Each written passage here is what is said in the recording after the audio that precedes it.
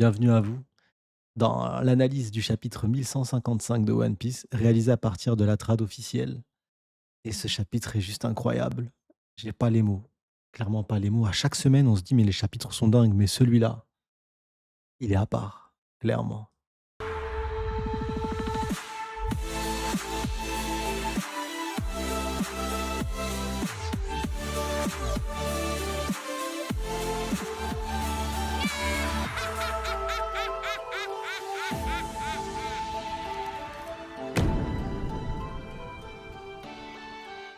La rencontre entre Rox, Dick, Zebek et Loki. Ça y est, elle est là. Il y avait un lien qu'Oda nous avait teasé déjà via les mots et via la parole directement de Loki. Et son attachement qu'il avait pour Rox, Dick, Zebek, et on l'a vu dès le début du flashback, cet attachement. Et on est à la genèse de cette construction, du coup. Et on est là, à la rencontre entre ces 2 personnages. Loki, qui nous a clairement rendu dingue, initialement, la première fois qu'on l'a vu, on l'avait trouvé badass et petit à petit, on apprend à le découvrir et on s'accroche à lui. Et en face de lui, la Rox, Dick, Zebek, l'un des plus grands pirates, de l'univers de One Piece, quoi qu'il arrive. Qu'il soit meilleur, supérieur, bien écrit, moins puissant, plus puissant que Joy Boy, le premier des pirates, quoi qu'il arrive, fait partie de l'élite. Donc quoi qu'il arrive, fait partie des plus grands pirates de l'univers de One Piece et on y est. On est là à cette rencontre entre un futur monstre, même s'il est déjà pas mal, hein, il a survécu à des choses complètement dingues et ce qu'il a fait bébé à la naissance, c'est juste incroyable et à la présentation de Rox, Dick, Zebek. Le premier lien qui est intéressant, c'est cette rencontre et c'est ce qui est construit à partir de cette rencontre. Il y a la rencontre entre Loki et Rox et juste derrière, on a la présentation de Rox, Dick, Zebek. Mais avant de lancer cette présentation, on a un échange. On a un échange où Xebec demande: «Loki est grièvement blessé, rentrez à Erbaf à toute urgence». Un message qu'il doit passer à son père. Et sauf que Loki, pour lui, c'est impossible, en fait. Il y a la colère, il y a sa réaction: «Ah, bah, je vais pas obéir à des humains», mais surtout la réaction de se dire: «Mais qu'est-ce qu'il me demande? Mais c'est impossible. C'est impossible ce qu'il me demande, il est fou, quoi». Parce que, de par son passif, on n'oublie pas que le chapitre précédent, il a essayé d'en finir et ça aura une importance bien plus tard.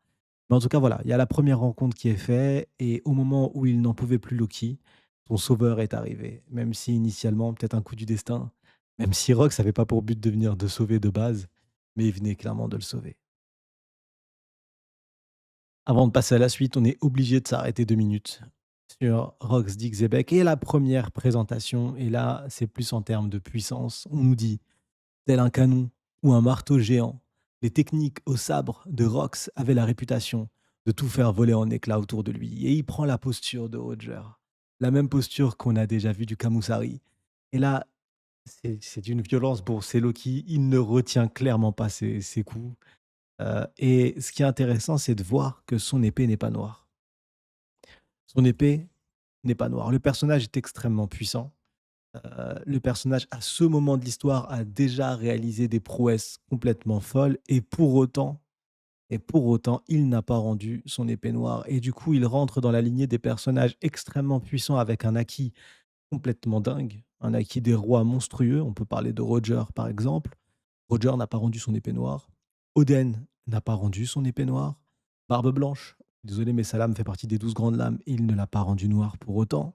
Shanks ne l'a pas rendu noir. Et au final, il y a actuellement dans l'univers de One Piece 2 personnes possédant une épée noire et où on pense actuellement que ça soit bien eux qui l'ont bien rendu noir. C'est Mihawk, donc on n'a pas de confirmation que c'est bien lui qui a rendu l'épée noire, mais on va partir, on va lui laisser ça quand même, faut pas abuser. Mihawk et le dieu des lames. Donc on aurait 2 personnages potentiellement, je dis bien potentiellement, qui auraient rendu leur épée noire.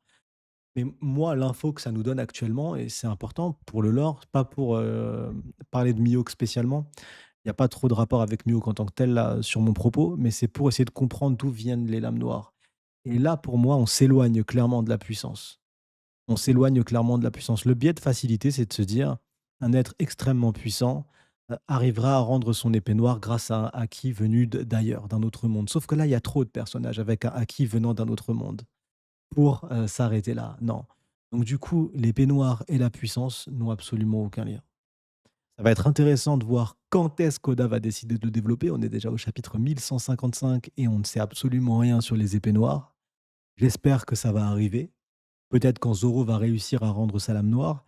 Mais voilà, moi, je ne suis pas dans le train de la puissance là-dessus, dans ce domaine-là. Je pense clairement que avoir une épée noire n'a aucun lien, n'a aucune corrélation quelconque avec, la puissance. Rien du tout. Maintenant, ce qui va être intéressant, c'est quoi? Peut-être qu'on peut avoir son épée noire en réalisant un sacrifice personnel. Je sais pas. Franchement, dites-moi en commentaire, ça m'intéresse parce que clairement sur le sujet de comment rendre son épée noire, j'en ai aucune idée. Là, clairement, j'en ai absolument aucune idée. Surtout qu'il y a pas de lien avec la puissance ni le haki et surtout que dans One Piece, on n'est pas dans un manga comme Hunter x Hunter avec des nems et des spécialisations, non.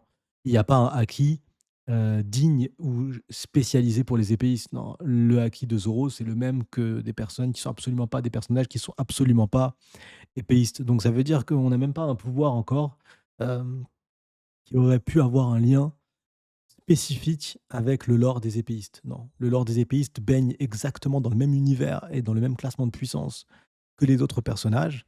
Donc à partir de là, c'est assez difficile de d'expliquer l'épée noire. Mais dites-moi en commentaire, ça m'intéresse, grandement. La rencontre, encore une rencontre. Cette fois-ci, c'est pas avec Loki, mais c'est avec son papa.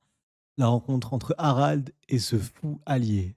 Ce fou allié, c'est le narrateur dans la trad officielle, qui parle, du coup, de Rox Zebek. Elle a lieu, du coup, lors de la rêverie. Donc à chaque rêverie, il se passe réellement des dingueries. La dernière fois qu'on avait une rêverie, la dernière en date, il se passe des événements incroyables, mais finalement, c'est pas la seule. C'est pas la seule fois où Marie-Joie, en fait, il se passe des événements complètement dingues. On a eu Fisher Tiger, on a eu le géant, du coup, Emmett qui était revenu lui aussi à la charge. On a eu du coup la rêverie, la dernière rêverie. On a cette rêverie-là aussi avec des événements complètement dingues. Il se passe des événements souvent, en fait. La Marie-Joie, et j'en oublie encore. Marie-Joie, il se passe des dingueries. Il se passe des dingueries. Et la fameuse rencontre entre Harald a lieu après première rencontre totalement inattendue. Et totalement inattendue. Et la trad officielle change la donne. Je vais vous la lire parce que pour moi, on change complètement le scope et l'image qu'on pouvait avoir sur, la trad non officielle. C'est la rencontre entre Imu et Rox Dixiebeck et on commence par: «Pas moins de 5 rois ont été attaqués et kidnappés. C'est un enlèvement. Le coupable est un homme grande taille vêtu de noir». Initialement, on aurait pu penser, que grande taille vêtu de noir, c'était Harald. Qu'il y avait une erreur, qu'il se trompait et que du coup Harald était pris pour cible parce qu'il le prenait pour la personne qui causait ces méfaits. Mais non, direct après, il y a Mou qui parle. Ce n'est pas en menaçant la vie de quelques monarques que l'on peut espérer intimider Mou. Il y a une réponse. Oui, je m'en doute. Mais à présent, la terre sointe, non, mais la terre sainte est en proie à la panique. Il y a un échange en fait. Mou parle directement à Roxy Xebec. Il y a réellement un échange. Et pour la seule et unique fois de l'histoire, un intrus pénétra dans la salle des fleurs, le lieu le plus inaccessible de Marie-Joie. Comment il a fait? Comment il a fait? Donc soit il allait tout droit et il a ressenti une présence. Donc il a suivi cette présence, tout comme Luffy a ressenti la présence de Loki. La rencontre entre Luffy et Loki se fait par un ressenti. Il est sur le pont avec les Mugiwara, il s'arrête, Zoro aussi le ressent, et il décide d'aller vers cette présence qui lui donne la chair de poule. Et ça l'a amené vers Loki. Est-ce que Xebec a ressenti une puissance, a ressenti une présence dans le château? Est-ce qu'il avait en amont des informations et d'où ça venu à Marie-Joie? Parce que là, il y a un mode opératoire. Dans son propos, il explique: «Oui, je m'en doute, mais à présent, la Terre sainte est en proie à la panique». Donc c'était son plan, de foutre le bordel sur la Terre sainte pour pouvoir rentrer dans cette salle, en fait, pour y avoir accès. C'est comme ça que je comprends, du coup, la trad officielle. Et ce intéressant, et là on reste sur le même biais, c'est conscient qu'il ne pouvait plus rien faire de plus, qu'il ne pouvait rien faire de plus, cet homme se présenta comme un adorateur de Donny John, de Davy Jones. Et c'est un adorateur. Et finalement, c'est lui qui se présenta. C'est pas le narrateur qui nous explique que lui est un fan absolu de Davy Jones. Non, il le dit à Emu que c'est un adorateur de Davy Jones. Avant de repartir sur ces mots, je reviendrai ici même. Cette rencontre, elle est incroyable. Elle est totalement inattendue, mais elle est incroyable. Il y a un échange direct. Mou parle en direct à Xebec. Ce qui est intéressant là, c'est que Xebec, on va nous le présenter comme un monstre de puissance. Et malgré ça, Mou n'a pas peur. Et malgré ça, le narrateur le dit bien. On sent qu'il ne pouvait rien faire de plus. Il ne pouvait rien faire de plus. À ce moment-là, Mou, était si proche, mais si loin à la fois. Donc déjà, en termes de personnage, en termes de représentation de Mou et de puissance, on atteint un niveau complètement dingue. Je pense que quand Mou sera révélé et qu'on verra sa réelle puissance, je pense qu'on sera absolument pas prêt. Davy Jones, le nom est lancé. Le nom est lancé alors qu'il n'est pas nécessaire. Et ça le rend encore plus important. Actuellement, dans cette phrase et dans ses actions, en sachant que nous, lecteurs, on le sait que Rox Dixebet, son objectif, c'est devenir le roi du monde, le fait que le narrateur énonce qu'il soit un adorateur de Davy Jones rend la chose extrêmement importante. Parce que c'est pas nécessaire. Si on ne sort pas cette phrase, on la retire, le chapitre est tout aussi important, le chapitre est tout aussi dingue, et on comprend les actions de Rox. Donc le Davy Jones, il n'est pas en soi obligatoire. Donc maintenant, pourquoi est-ce que le narrateur prend le temps de nous énoncer ce personnage-là? Prend le temps de nous expliquer son nom-là? Il y a 2 possibilités. Une possibilité assez loufoque qui fait que Davy Jones est un personnage que nous allons revoir, que nous allons voir et que nous allons découvrir dans l'univers de One Piece. Je ne parlerai pas du Davy Jones de notre monde à nous parce que pour moi, clairement, les personnages qui sont en corrélation, on peut s'amuser à faire des liens entre les personnages fictifs tels que Barbe Noire, des personnages fictifs tels que Barbe Noire dans l'œuvre et le Barbe Noire qui a vraiment existé. Il y a quand même de grosses différences. Il est facile de trouver des liens, mais il est aussi facile d'accepter qu'il y a quand même de grosses différences entre les personnages. Et c'est pareil pour Lottie.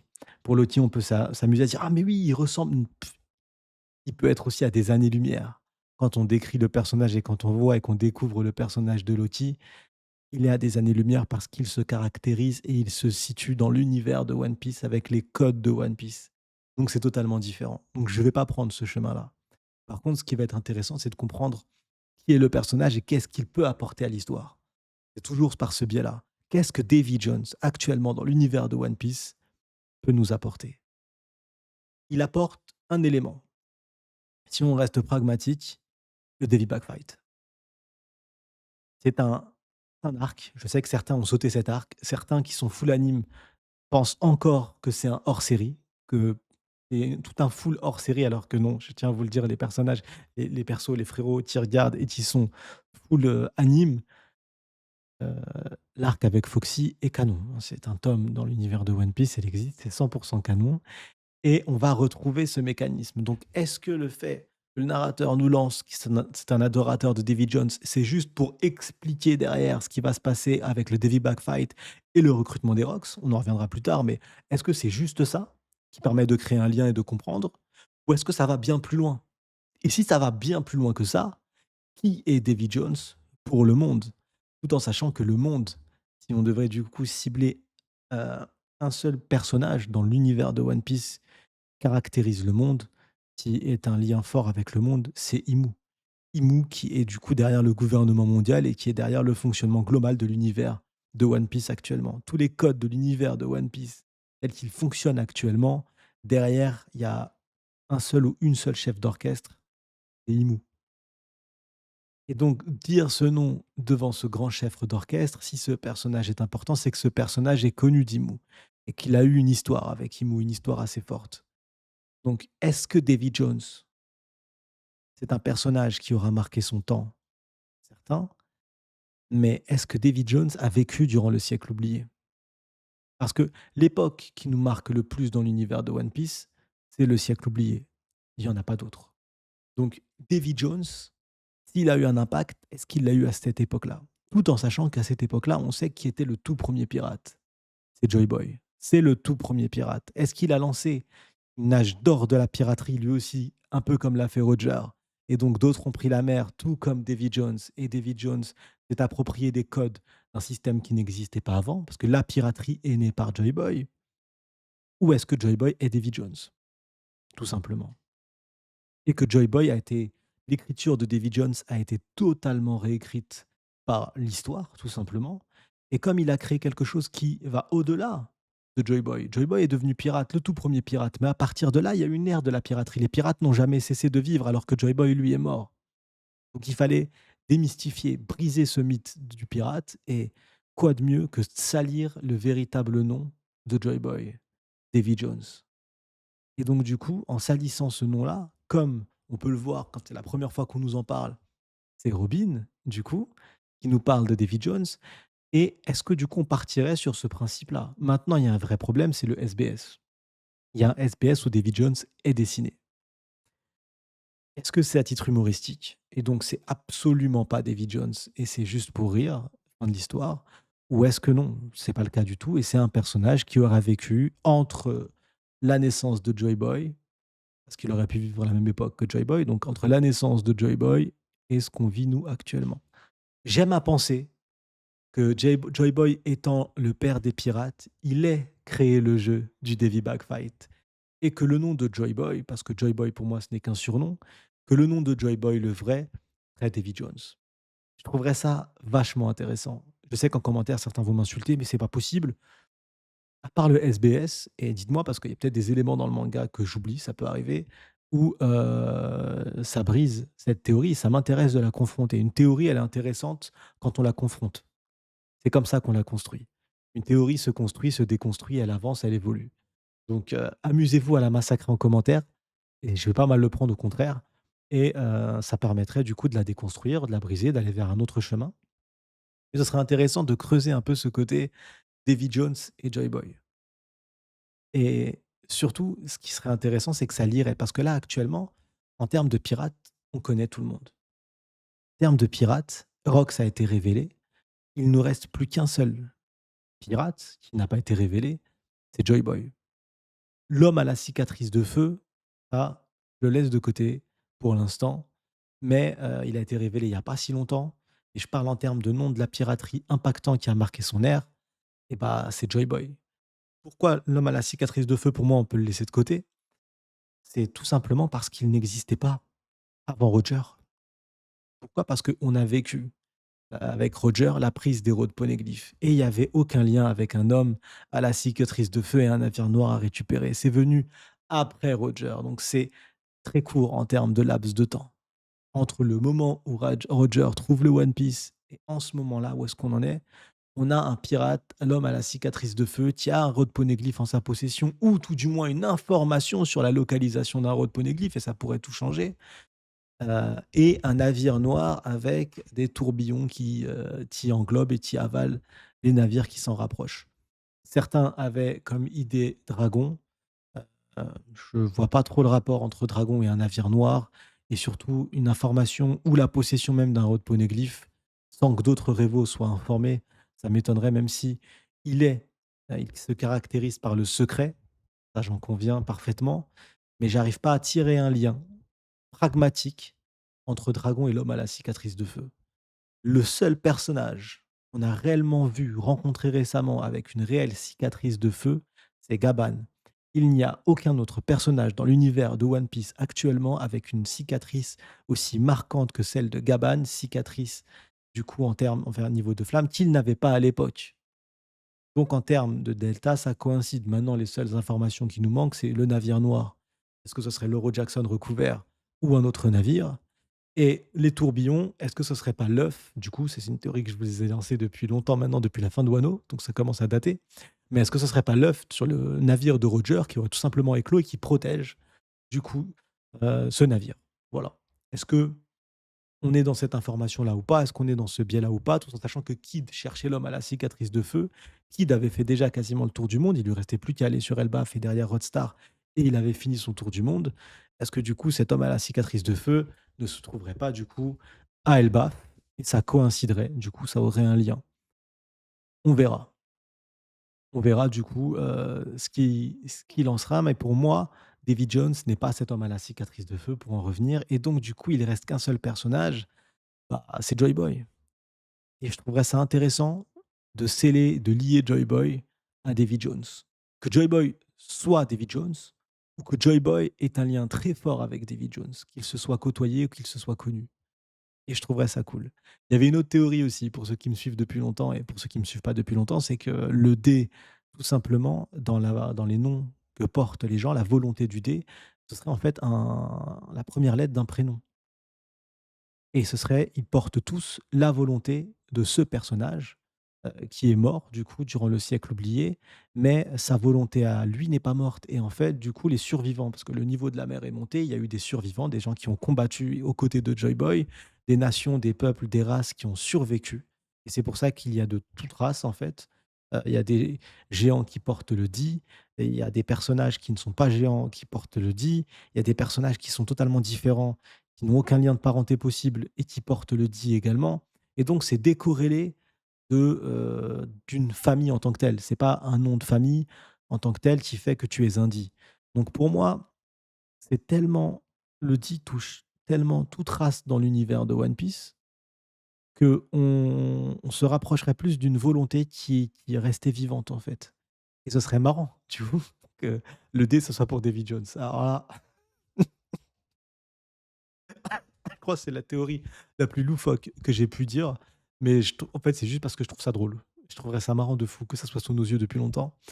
Et d'où le fameux théorie de Didier que certains mettront peut-être en commentaire parce qu'ils étaient là à l'époque.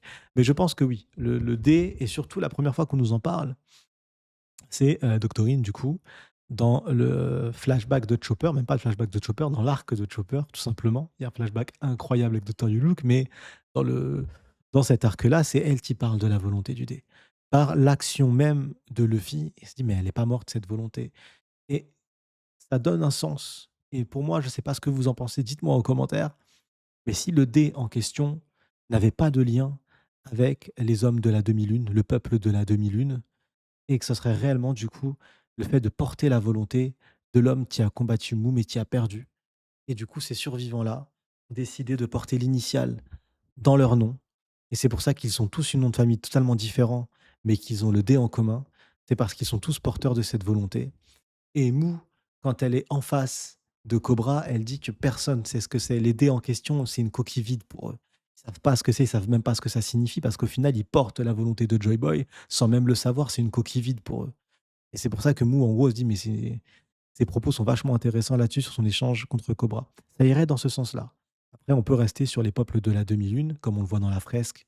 Et donc, on serait sur une vision totalement différente. Mais j'aime bien penser cette idée que Joy Boy et sa volonté ont survécu, malgré des noms de famille totalement différents, à travers l'histoire et que ça soit ces survivants-là, de cette bataille-là, qui ont fait perdurer ce dé-là et ce dé qui est présent actuellement et ce dé qui bouleversera le monde parce que, comme le dit Barbe Blanche, un jour quelqu'un viendra porté par une volonté qui date de l'Antiquité et et ce serait vraiment beau. On enchaîne avec les rencontres. La troisième rencontre, cette fois c'est la bonne, entre Harald et Xebec. Ça y est, comme le dit le narrateur, le hasard voulut qu'une autre incursion ait lieu ce jour-là. Et on retrouve, du coup, en flamme totale, Harald en train de courir, en train de leur dire: «Ça brûle, je sais bien que les négociations ont échoué et que ma présence ici est illégale, mais vous avez vraiment besoin d'aller jusque-là» et je trouve ça trop drôle parce qu'en fait, il pourrait les écraser, il pourrait clairement les dominer là actuellement. Il pourrait s'en débarrasser d'eux, mais non. Il sait qu'ils sont plus faibles, il respecte, il sait qu'il n'a pas le droit d'être là, tout du moins, que c'est pas quelque chose d'attendu et donc il décide de subir et de fuir et en parallèle, à la rencontre entre ces 2 monstres qui a lieu du coup, qui donne naissance à une double page incroyable, d'une puissance monstrueuse, le Haki des rois. On y est. Et je sais, je l'ai vu sur Twitter, je l'ai vu. Certains ont comparé cette attaque à l'attaque de Garp et ils ont dit: «Regardez les gens, ils tombent pas dans les pommes, donc finalement comme Garp». Les gars, il fallait attendre la trad officielle. Voilà, il fallait attendre la trad officielle. Vous pouvez me sortir une trad qui vient de Thaïlande, de Russie, d'où vous voulez, mais dans la trad officielle, il est dit mot pour mot. Le choc entre ces 2 inconnus fit disparaître toute présence humaine dans un rayon de 2,5 kilomètres. Voilà, c'est tout. C'est juste monstrueux, en fait. Il y a pas de je sais pas s'il y a d'autres mots, si ils ont fait disparaître toute présence humaine en un choc d'épée, du coup. En un choc, ils ont fait disparaître tout il y a pas de mots assez forts. Leur épée ne se touche même pas. On l'a déjà vu avec Roger et Barbe Blanche et c'est d'une puissance monstrueuse et ce qui rend le choc encore plus fou, encore plus dingue, c'est que Zebek, juste avant, il avait affronté un amiral de la marine et au-delà de l'affronter, il a vaincu un amiral de la marine et je vais aller encore plus loin, c'est le fait d'avoir écrasé cet amiral et d'avoir eu ce choc qui a du coup directement annihilé toute vie autour de 2,5 kilomètres en mode il y avait plus rien, il y avait plus personne. Donc il avait cette puissance-là, mais derrière, l'amiral en question, lui, dans cet affrontement, ah, il quitte l'univers de l'œuvre. Là, ah là, il y a plus. Il était là, il est plus là. Ah, ils ont essayé de le secourir du mieux qu'ils pouvaient, ils ont pas pu. Tout essayé, mais c'était pas possible.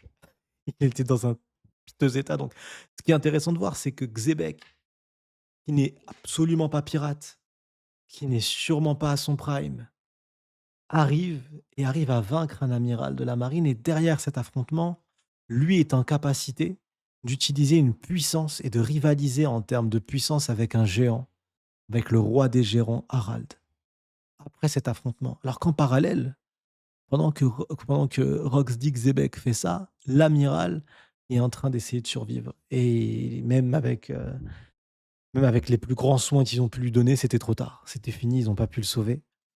Donc c'est dire exactement directement la puissance qu'on donne et qu'on octroie à ce personnage-là. Et au-delà de la puissance qu'on octroie à ce personnage-là, c'est le message qu'on nous passe. Actuellement, entre Harald et Rox, c'est la puissance du haki, mais c'est le message que ça nous véhicule derrière. Le message qu'on nous donne, c'est que ce sont des rois. Les deux, ce sont des empereurs. Ce sont des anomalies de la nature.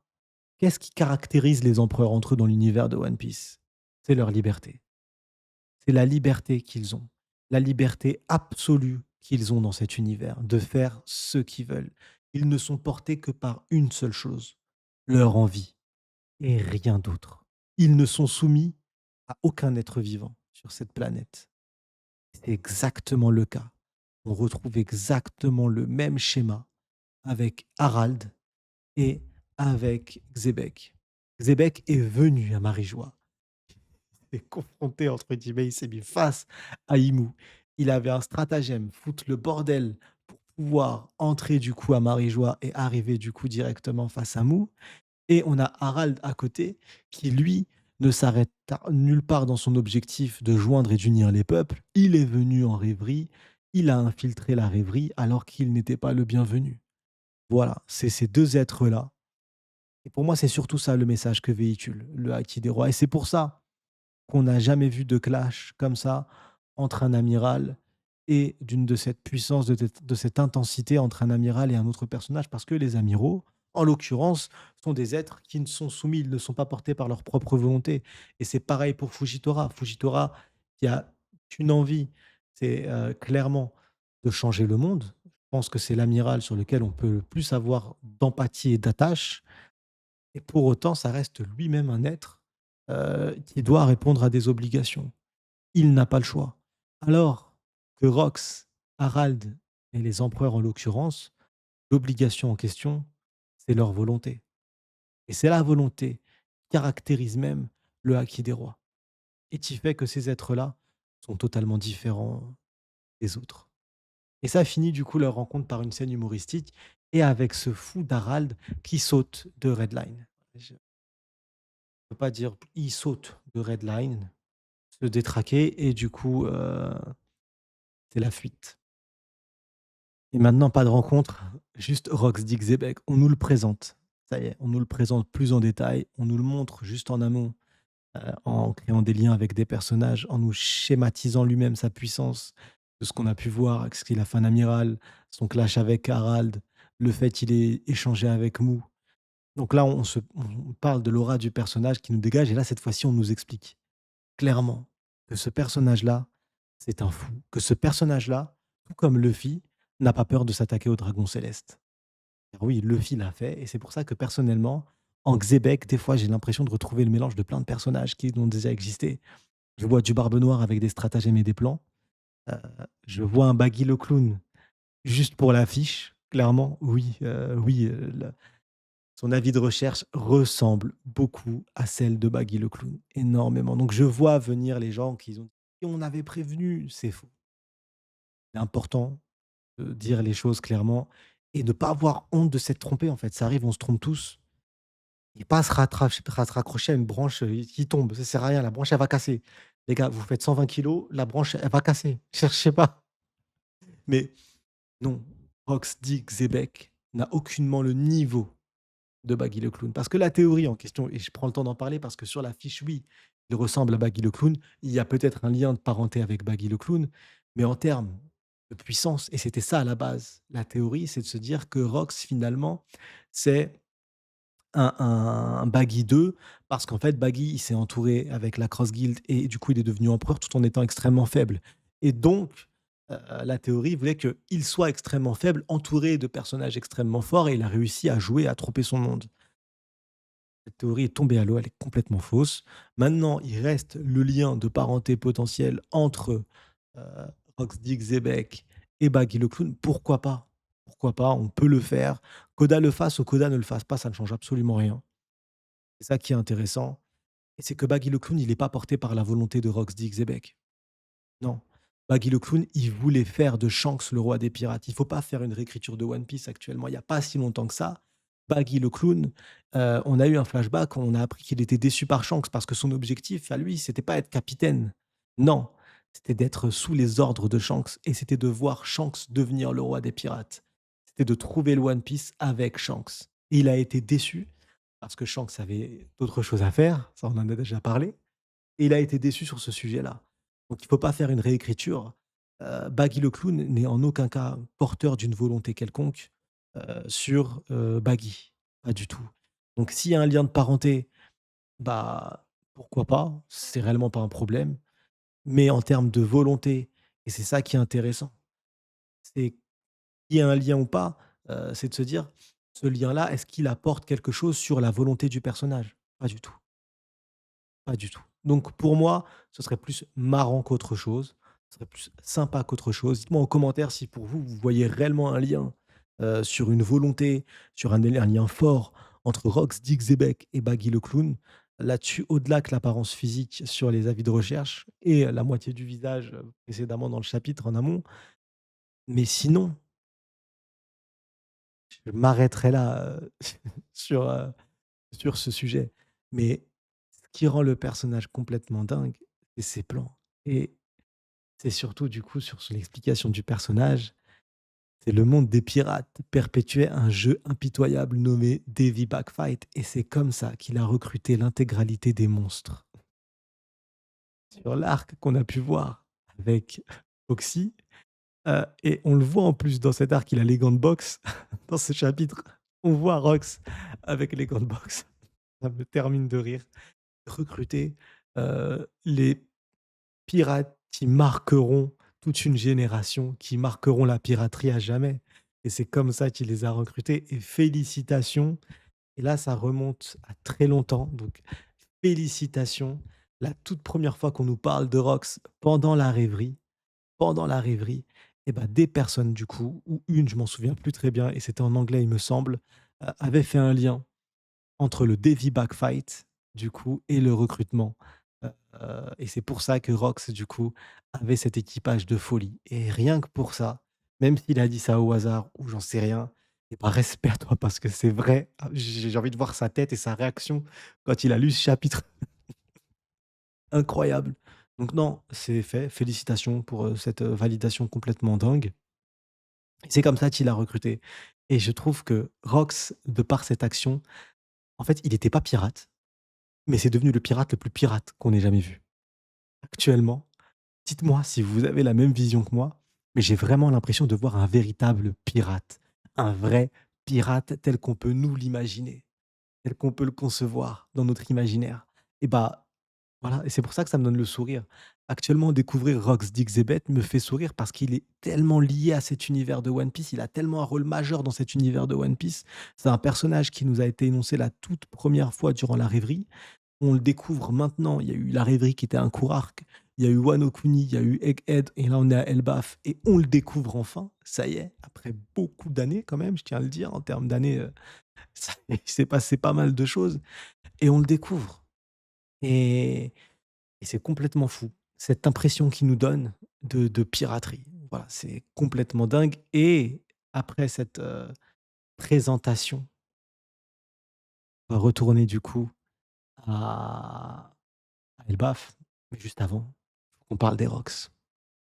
Les Rox sont présentés officiellement. Du coup, on s'arrête pas à Rox Dix-Zebek. On a une partie des Rox, pas l'entièreté, mais on a une partie des Rox et parmi cette partie de Rox, qu'on retrouve et ben, on a Shiki. Shiki est officiellement canon et là, on peut pas faire plus que canon, parce qu'au-delà du Shiki, il y a Futur Lion d'Or. Donc voilà, il y a tous les pseudos. Par contre, il est totalement différent de ce qu'on a pu voir, du coup, dans l'univers du film qu'on a vu, où on l'a rencontré une première fois. C'est un personnage totalement différent, ce n'est pas le même. Faut savoir que les films, même si on parle d'un personnage qui est canon, on s'éloigne de la vérité. Luffy, à ce moment-là, quand il rencontre un Shiki, il n'avait absolument aucune chance. Il aurait pu tirer, le plus grand coup de poing qu'il veut, le plus grand Gears qu'il avait à ce moment-là, les plus grandes facultés à ce moment-là, il n'avait absolument aucune chance. Donc le film a réécrit le personnage de Shiki, donc il faut vraiment le dissocier. Le Shiki que vous voyez là s'appelle Shiki, le nom c'est Lion d'Or, mais ce n'est pas celui des films. C'est celui du chapitre zéro, mais ce n'est pas celui des films.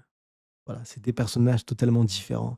On a Bisbakin, du coup, on connaît déjà, on a déjà rencontré, heu, qui du coup est une voleuse de science. Donc on connaît son histoire actuellement. Est-ce qu'elle a réellement un enfant avec, Barbe Blanche? Mais ses derniers propos qu'elle a échangé avec Marco, le phénix, vont dans le sens que non, pas du tout. Cet enfant a peut-être la génétique, mais ce n'est pas du tout un enfant lié d'une relation entre elle et Barbe Blanche. Il y a Don Marlon, du coup gangster de West Blue. Je ne vais pas rentrer dans les détails, je vais être tout à fait honnête avec vous. Je ne vais pas m'amuser à, dire que oui, il y avait à l'époque et c'est vrai, c'est le cas, il y avait 5 gangs qui géraient du coup West Blue. On sait ce qu'a fait BG, on sait ce qu'il a réalisé. Il y a un lien potentiel entre Don Marlon ou lui ou pas, c'est pas intéressant. Je vais être honnête avec vous, les Rocks sont un équipage intéressant par ce qu'ils ont fait, mais aller dans le détail sur ces personnages-là, pour moi, m'intéresse pas. Ce qui m'intéresse réellement, c'est de suivre l'histoire et essayer de comprendre ce qui se passe, que Oda veut nous faire véhiculer comme message, qui veut nous où est-ce que Oda veut nous emmener. Donc Don Marlon, je le trouve sympa et voilà, c'est pas le personnage dont je vais m'en souvenir très longtemps, c'est pas le personnage qui va me faire rêver, sauf si on a un flashback de lui, mais je suis pas sûr qu'on aille dans ce principe-là. Il y a Ochoku aussi, du coup, futur amiral de l'île des pirates. Il y a peut-être un lien aussi avec Caribou, une ressemblance physique. Il ressemble aussi à la tête de Caribou avec le triple menton du frère de Caribou. Donc potentiellement, il y aurait un lien. Il y a Gandhi aussi. Gandhi, lui, par contre, c'est sympa de le voir. Pourquoi? Parce qu'on l'a déjà vu. Dans l'arc de Thriller Bark, on a déjà vu le personnage. Donc c'est intéressant de le voir vivant, de le voir vivre et ça enrichit l'univers. Ça rend encore l'univers de One Piece qui est extrêmement vivant, encore plus dingue. Je parle même pas de Barbe Blanche parce qu'on le connaît très, très bien. On parlera de Barbe Blanche, je pense qu'on fera une vidéo à part sur Barbe Blanche. Parce que dans son équipage, bon, faut qu'on parle de ce personnage. Il avait l'enfant de Roger et il avait l'enfant de Rox. C'est un braquage. C'est le plus grand braquage de l'histoire des braquages et quand il l'a vu la première fois par Benoît, il a reconnu l'enfant de Rox. On ne me fera pas croire qu'il ne savait pas. Ça, j'y crois pas une seule seconde. Donc c'est le plus gros braquage du siècle. Donc c'est intéressant de voir les Rox, mais malgré le fait de voir les Rox comme ça du coup, bah, le personnage qui m'intéresse, c'est Rox Dixiebeck. Voilà. Barbe Blanche, je l'aime, comme tous les fans de One Piece, je pense. On a aussi du coup, Shiki et Shiki dans la trad du jeudi, c'était Yakuza. Là, c'est Crapule, mais est-ce que du coup ils ont traduit ou ils ont essayé de changer le mot? Ou est-ce qu'on se rapproche de Yakuza? Parce que il est vêtu clairement comme, un samouraï de Wano, comme un guerrier de Wano, clairement. Donc je pense que oui, Shiki vient de Wano et ça expliquerait la corrélation avec les Kurozumi et ce serait un Kurozumi avec la Vley quand elle touche son visage face du coup, au futur shogun traître Orochi. il touche son visage et il y a Shiki qui apparaît. Donc voilà, c'était peut-être un petit teasing, il est vêtu comme Wano, donc je pense que clairement Shiki vient de Wano et que Shiki fait partie de cette famille, Kurozumi, qui a trahi, qui a essayé de trahir Shogun, mais qui a été derrière maltraité aussi, à tort, pour certains en tout cas, par les habitants de Wano. Donc pour les Rocks, je pense que pour l'instant, on verra à God Valley ce qu'il en sera réellement, ce qu'ils vont faire. Il manque encore des personnages extrêmement importants qui nous ont fait, vibrer, Barbe non, Kaido, mais Kaido qui arrivait à la toute fin, à l'âge de 15 ans et de lui-même et la ruche était déjà prise et Big Mom. Donc Big Mom, est-ce qu'elle a été prise par un Davy Backfight ou pas? Je pense qu'il y avait plus besoin du Davy Backfight à ce moment-là. Il était déjà extrêmement fort et je pense qu'il était déjà très bien entouré. Donc est-ce que ça a été un accord différent du Davy Backfight? À voir. À voir ce qu'Oda va faire. Est-ce qu'on va avoir cette information-là? Est-ce que Oda va aller jusque-là? Est-ce que du coup, actuellement, on n'en a pas fini avec les Rocks jusqu'à God Valley?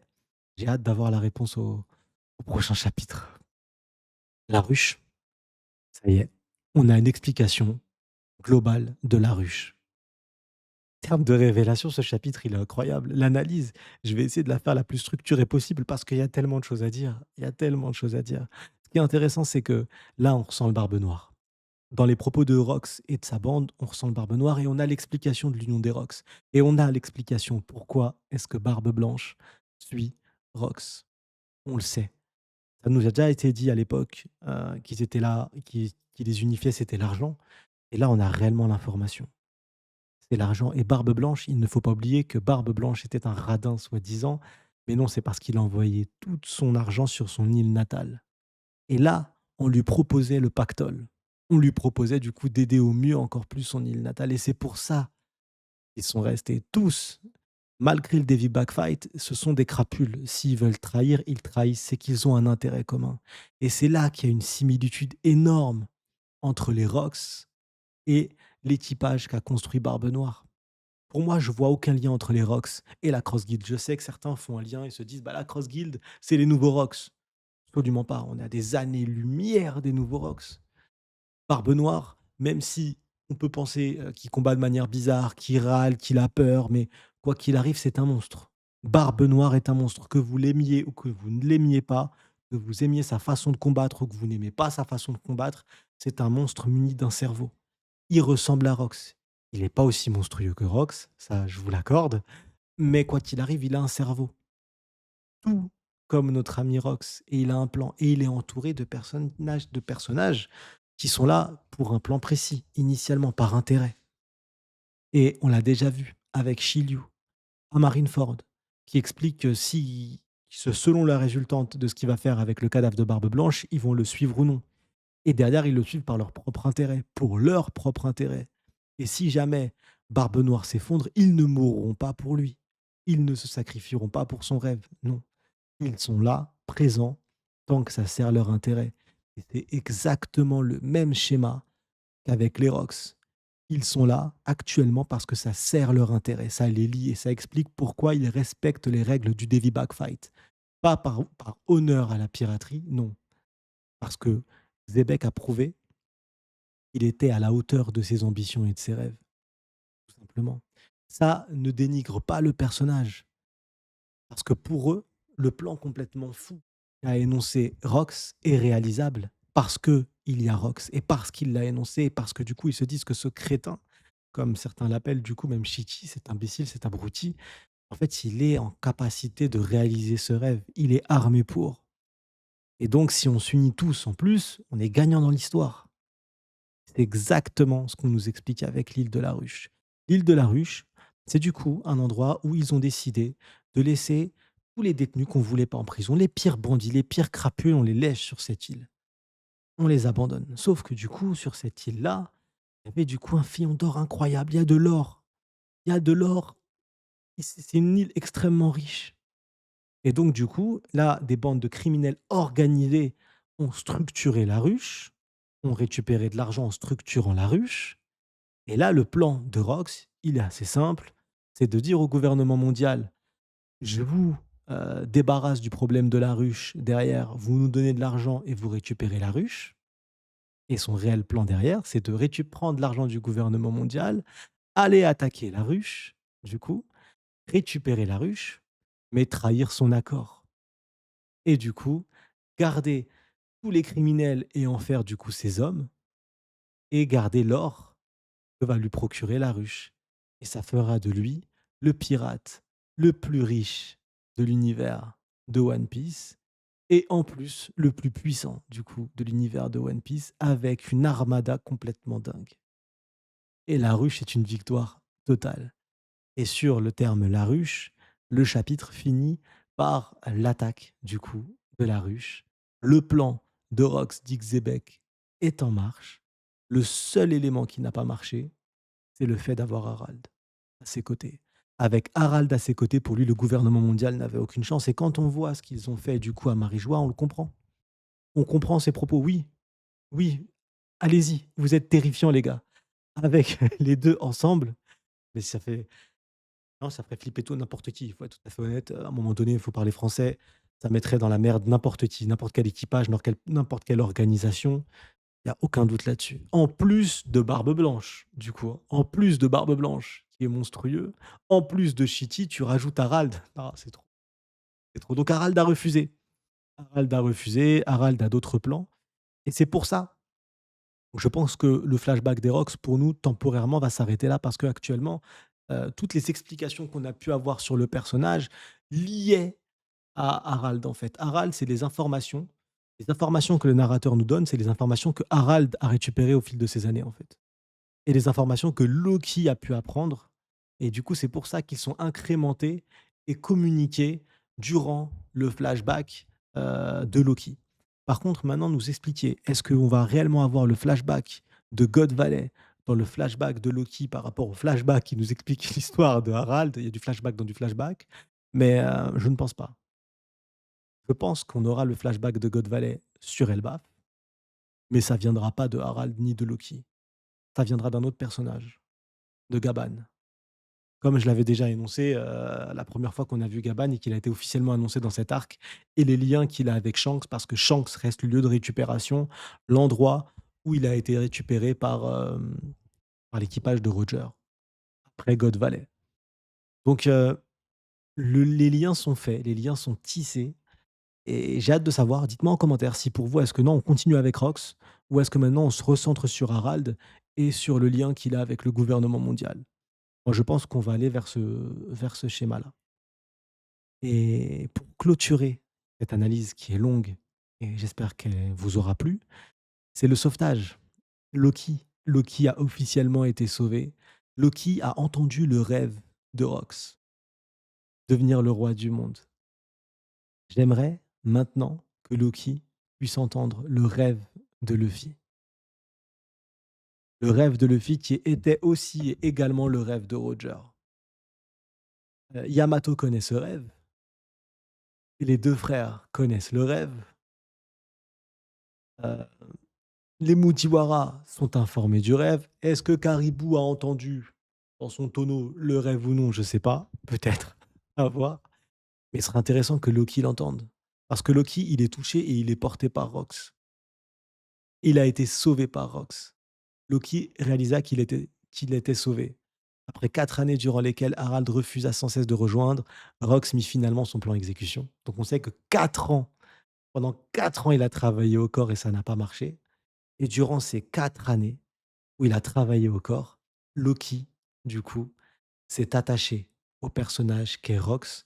Et comme les autres personnages qui ne voudront peut-être pas l'avouer, mais qui pensent que Rox est capable de le faire, ont cru en leurs rêves, ont cru en leur ambition, en l'ambition de Rox. Je pense que Loki, c'est la même en fois 1000. Et c'est pour ça que ce serait intéressant qu'au-delà que Loki découvre que Luffy est Joy Boy avec les tambours de la libération, ce qui serait intéressant, Nika, le dieu soleil, ce qui est très intéressant maintenant, c'est que Loki puisse écouter ce rêve. Voilà. J'espère que vous avez apprécié cette analyse du chapitre 1155 de One Piece. J'ai essayé de la structurer au mieux. J'espère qu'elle vous aura plu. On se retrouve vendredi pour la théorie. Ça y est, ça fait maintenant 3 mois à peu près que je vous la tease. J'espère que vous ne serez pas déçus. la naissance de Nika. La naissance non, mais la naissance de Nika sortira vendredi à 17h. J'espère que la vidéo va vous plaire. J'essaierai de faire quelque chose de vraiment bien, comme à chaque fois, mais bon, j'espère que vraiment là, ça va vous faire kiffer et on est pas mal, du coup. Pour ceux que ça intéresse, on se retrouve, mardi soir à 21h30 en live sur Twitch. D'ici là, prenez soin de vous, prenez soin de vos proches et la ratiboiserie, je vais le dire à chaque fois, mais elle est tellement jamais finie, les gars, tellement jamais finie.